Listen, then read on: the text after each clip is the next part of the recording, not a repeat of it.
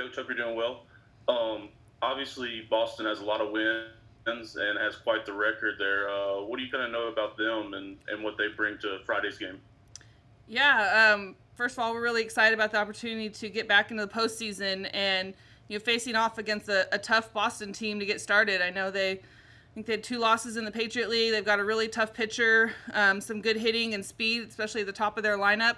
So we're working through our scouts and a game plan and everything right now, but we're excited to get back out there, take the field against them. I know they're not a team that we can take lightly and look ahead, and that's what we're gonna have to be prepared for first on Friday night. Yeah, Coach Joe Cook from WAPT. My question for you is, what was the turning point in this season? And I know you guys got off to a rough start in SEC play, but really just caught fire down the stretch here. What do you think was like maybe the key to that turnaround? Was it like the game or a moment that you can recall where it's like, okay, I think the girls are getting to a groove here? Yeah, I think picking up our first conference win against A&M was big. It was just kind of a big sigh of relief, but I'd say the turning point was probably May 1st, the Saturday game at South Carolina, the start of that 8-game winning streak for us.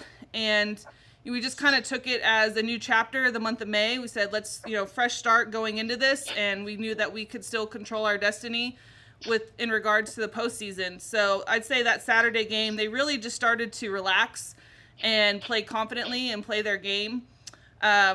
And just let that continue to snowball for us from there. But I think the biggest part of that, with as rough as April was, is that the team never quit. They never stopped trying. They never packed it in and said there's always next year. They just continued to work harder and really grind it out and believe in themselves and this team and what we were doing. And it was fun to see that show up for us in the end of, at the start of May.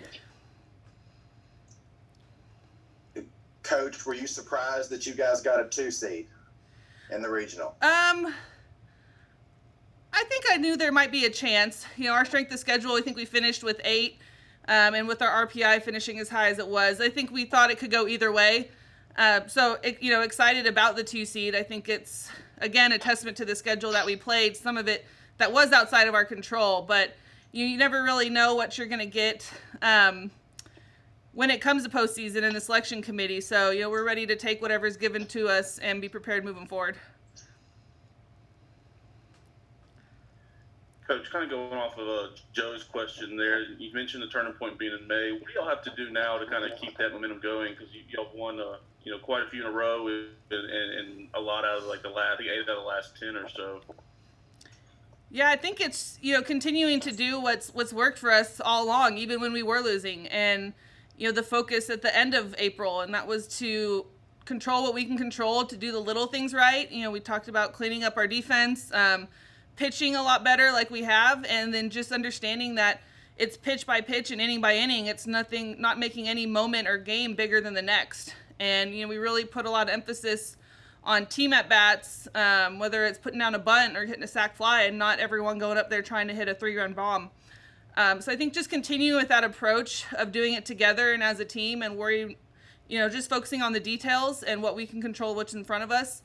And then I think it just kind of showed up with the pitching was better, the defense, and the hitting and timely hitting up and down the lineup. I think the bottom of our lineup has played a huge part in the last 8 to 10 games, and so looking to continue that moving forward. I got to follow up, I guess. You mentioned earlier just being excited just to get back into the postseason, and what does it mean for this program just to make it to the postseason this year with the 8 strongest schedule in the nation, and just with some of the early season struggles? Yeah, I think first of all, just with not even having the opportunity for a postseason in 2020, it just makes it that much more enjoyable, and I think everyone's just so grateful for the opportunity right now to get back out there, a little bit of normalcy.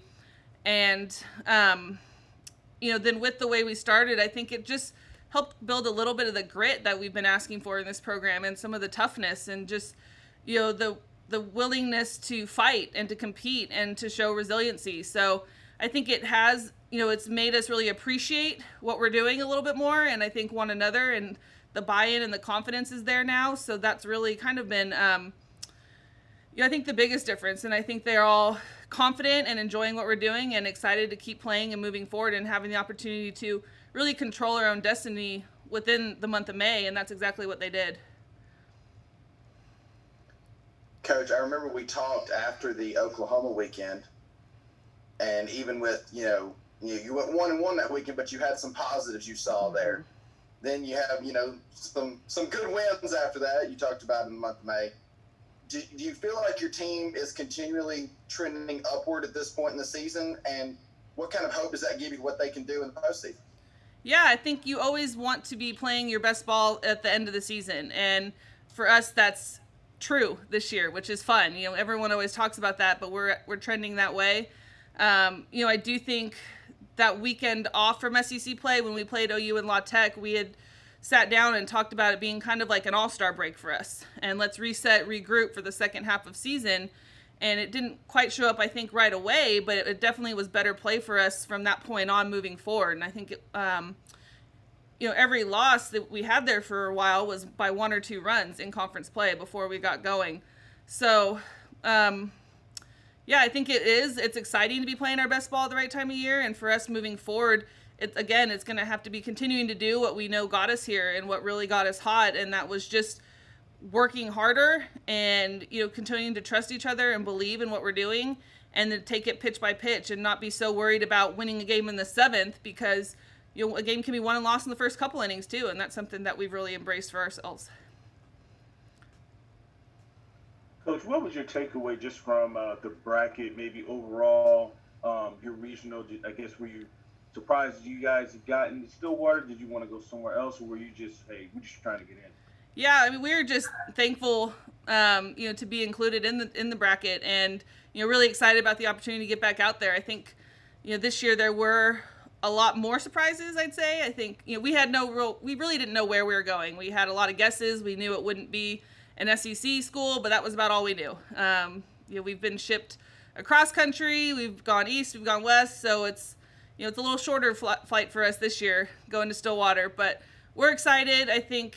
Every year it is so unknown. You think you see predictions and here and there, but it's always a toss-up. So we're excited to be back out there. To not have to fly cross country is nice too, and to play in a great environment like they've been building in Stillwater with what Kenny has done. I think we're really excited to get there and have some good softball played this weekend.